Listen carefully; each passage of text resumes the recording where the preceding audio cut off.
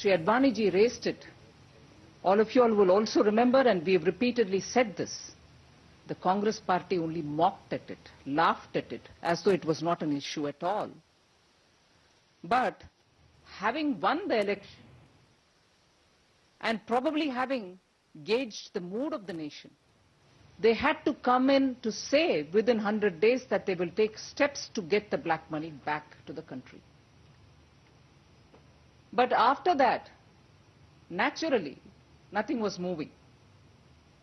Because that is what is expected from the Congress party. One didn't expect that they would rapidly change from making black money a laughable issue from their point of view to actively work on it. But suddenly, subsequently, because of the various international pressures, you had a list of 22 people whose black account or money abroad details came from Liechtenstein. Then subsequently, when the issue also because of some PIL came through the Supreme Court, the courts had asked the government to submit that list to the court itself. This government did a very selective job of presenting a list to the court even then. All the 22 names were not revealed. Some names were revealed, and after that, because the court's pressure was on them, they still had some raids conducted on some of the names which were released. Even then, the Bharatiya Janata Party, from this very platform, had demanded that all the 22 names be released rather than be selective about it. You would even, in fact, remember that because of the repeated pressure that we put on the government, in January, February of 2011, Shri Pranab Mukherjee, who was the finance minister then, held a special press conference to say the kind of measures that this government was going to take in order to get the black money back. If I remember correct, one or two of the points were that they're constituting a committee to study the issue of black money and not agreeing to the kind of figures that were floating outside as to the volume of black money which was estimated by various different, domain experts and their assessments. They said they would form a committee to work out the methodology through which they will get the black money back into this country. That was early January 2011, maybe February, but then it was early 2011. But now, of course, the finance minister, the then finance minister, has become president of India, but the government has still today not told us, after that press conference, based on the finding of the committee that they appointed themselves, what action they had taken to get the black money back. And even then, further later, there was a white paper also submitted in the parliament. So the government has been moving comfortably from one to another in terms of promise. Within 100 days, we'll take steps to bring in black money. Then there's a pressure from the court, you give only selective names rather than the entire 22 which came from Liechtenstein.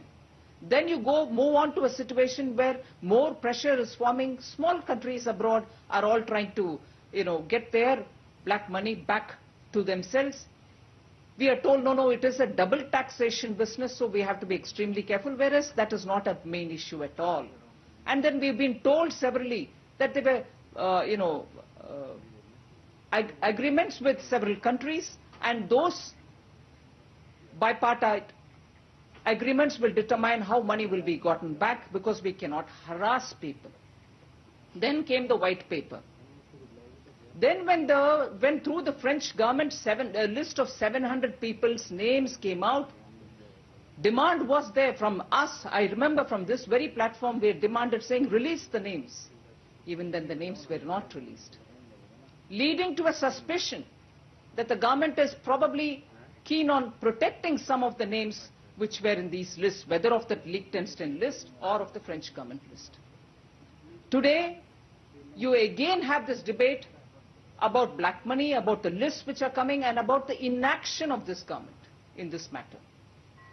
We demand that the entire list of 700 names which have come from the French government be made public. We demand that this list be made public. They cannot pick and choose from this list. We want all the names out. And again, we demand and also, first of all, ask this government, have you started any investigation as regards black money stashed abroad? What have you done with the committee that you formed? What were the recommendations? Have you taken any action on them? If not, even now, we demand, why not investigate into HSBC when you're getting so many different versions of what is going on?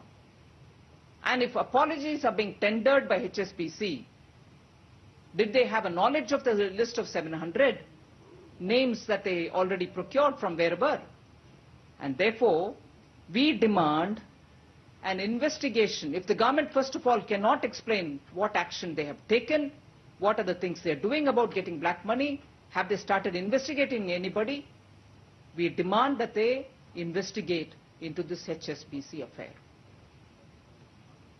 I think time has come that in spite of all the Chintan Baitak that the Congress party may engage in, and in that we know very clearly that they are reviewing their manifesto from the point of view of how much has been achieved, how much has been fulfilled.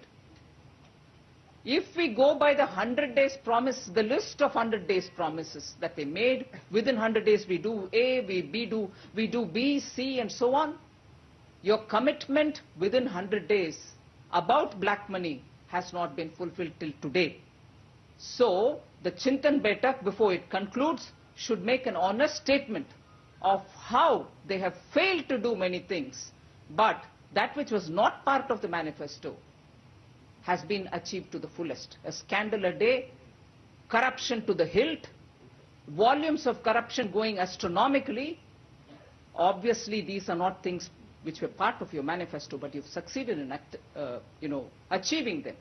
So I think the Congress party should face the truth and clearly tell us what they've achieved in terms of getting the black money back.